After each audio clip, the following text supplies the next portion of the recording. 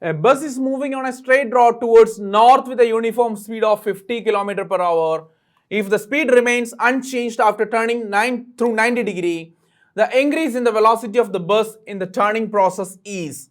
Options are given: 70.7 km per hour along southwest direction, 0, 50 km per hour along west, 70.7 km along northwest direction.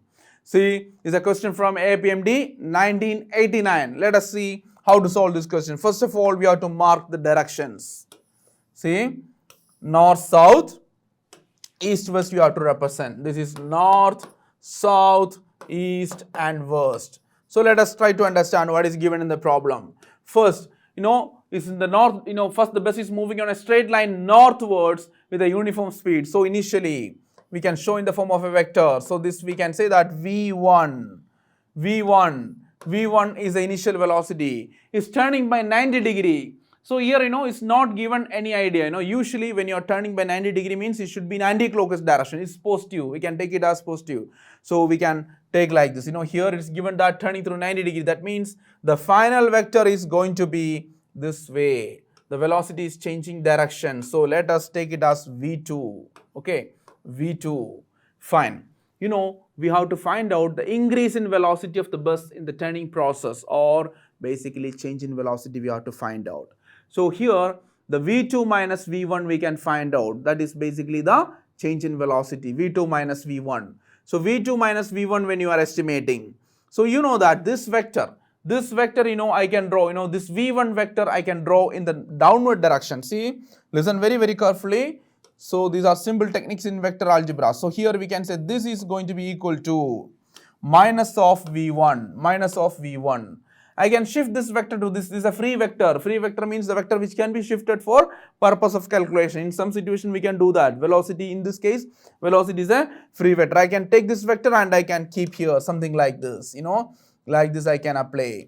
And you can apply triangular law of vector addition. So, here this is going to be the resultant or the difference. We can say here V1 is already there, and V2 is already there. So V1, so here V2, this is minus V1, this is V1, this is minus V1, right? So when you are applying triangular law, in the triangular, V2 plus minus of V1 is going to give you the resultant or the difference, right? Which is going to give you the difference or that increase, whatever. In our case, increase means the change in velocity. So here we can say that V2 minus V1 is going to be the resultant. Now we can find out, first of all, we are doing this to find out the direction of change in velocity or increase in velocity. So the direction is going to be, this is west and this is north, right? This is north and this is west, and you can say that the west direction of motion is, so this is south also. So initially the body was moving in the north direction. Now the body is moving in the west direction, and now you can say this is the direction. So the direction is southwest. You can say the change in velocity is going to happen in the southwest direction first of all.